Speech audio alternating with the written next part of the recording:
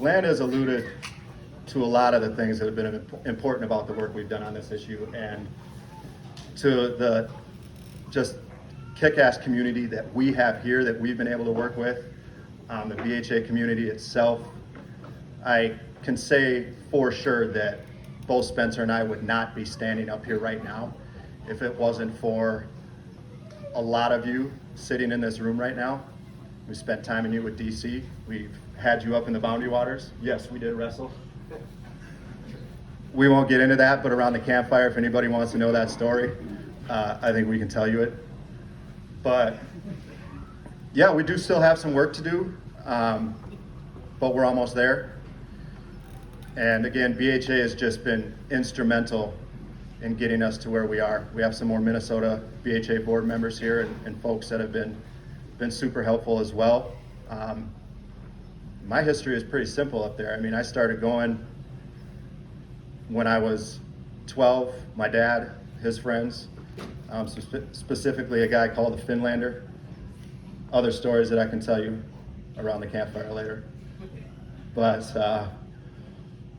that space, that wilderness was what shaped me into the outdoorsman and conservationist that I am right now. So without the boundary waters, I'm probably not standing here, but it's a beautiful place that I hope all of you one day have the chance to experience.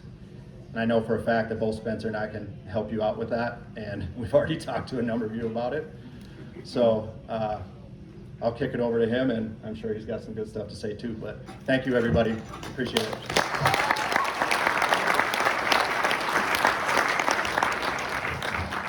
I definitely remember that hangout on the lake, what you're talking about. But yeah, I'm gonna thank a bunch of people and tell a story about Land. I'm just gonna let him sweat about which story for a little bit. But yeah, I just wanted to thank everyone at BHA. Like Lucas said, there's no way Boundary Waters would be where it's at today without like John Gale, Julia Peebles, Katie McCaleb, Land for sure. I'm gonna forget a bunch of names. All the Minnesota boys, Mark Norquist, Jamie Carlson, Aaron Hayby said, don't want to thank you at all, whoever you're at.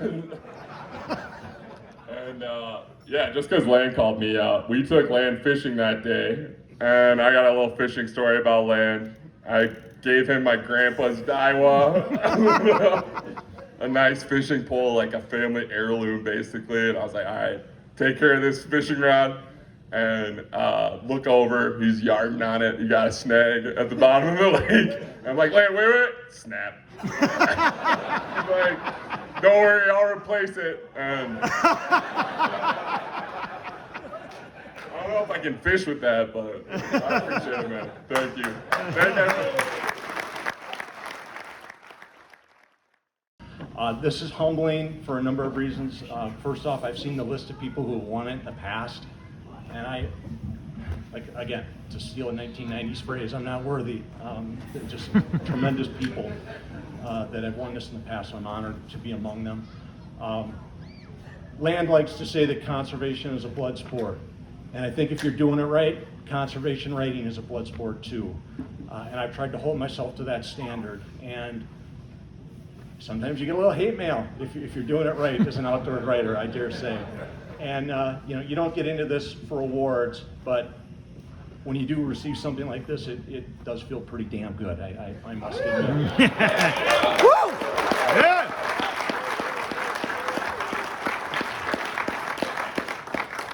I'll try to leave you with one thought. I've been doing this for 30 years. I've been an outdoor writer for 30 years, and you get past all the platitudes, you get past all the BS and all the speeches, and I tell you what, I've learned. You ready? Everybody, this is what I've learned in 30 years. We got two things. We got two things. We got this rock that we're standing on, hurtling through space, right? And its natural resources. And we've got the collective intelligence that we've put together as a species over the past 200,000 years. You get right down to it, that's all we got, everyone. And if our kids are going to enjoy these wild places and beautiful resources that we love that bring us together, then we're going to need to use those two tools to the best of our ability to give them that gift, to bestow that upon them. the Aldo Leopold recipient talked about being a good neighbor. I take that maybe the next step and say, we all get the be a good steward part about natural resources. We're all, I think, pretty darn good stewards of natural resources. We get that. I would ask you all to be good stewards of humanity too, because it's those two things together that are ultimately gonna ensure that my children, my grandchildren, all our great-great-great-grandchildren are gonna be here someday, right? Celebrating natural resources. So thank you, and I'll see you in another 30 years.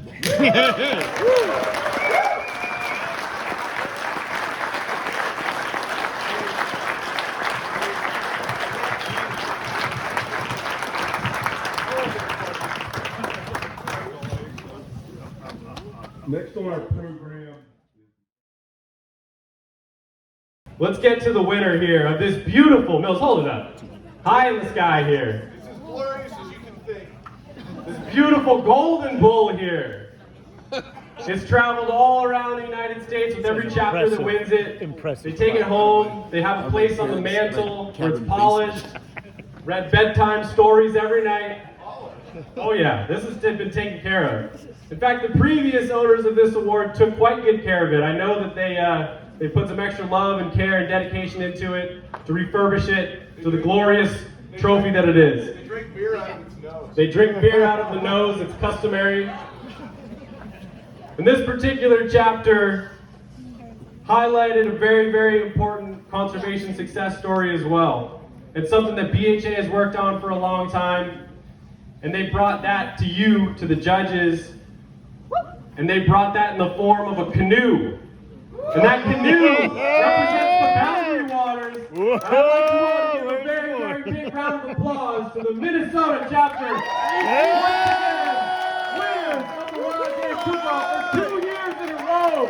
2 years in a row.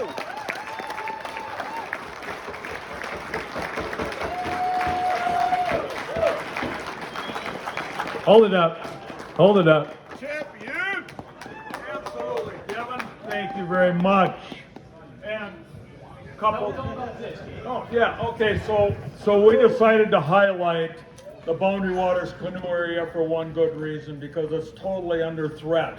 And it's such a unique experience. If you've never done it, we'll be at campfire tonight, and I've got the premier book of routes into the Boundary Waters, and I'm sharing it with all of you if you want to do that.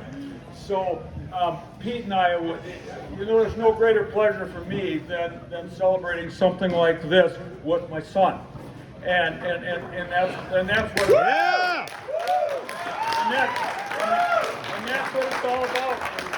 Yeah, I was just about to say the same thing. That's just an amazing thing to be able to do this, but also what an honor to be able to do it with my father. So, and 2 years in a row.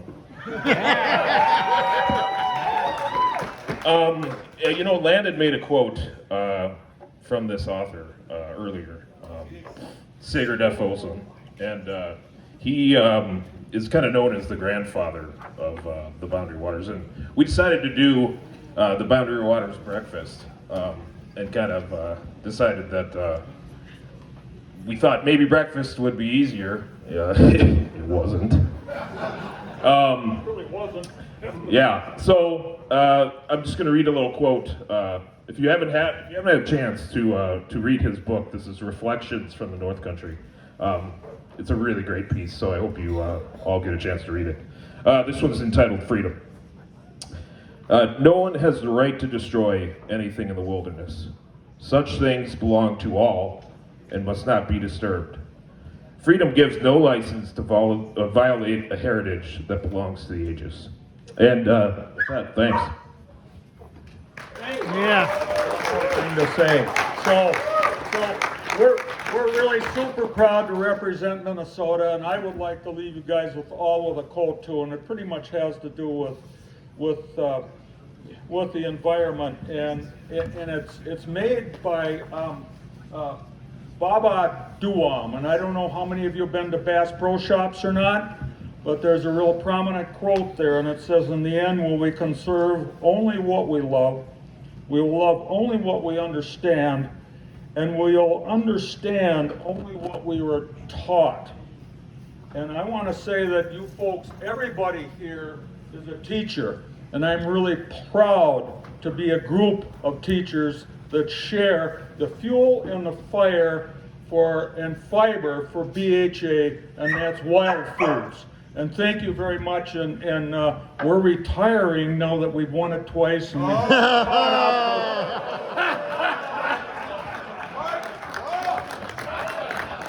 All right, can't top that. Hey, one more huge round of applause for Minnesota, for all the chapters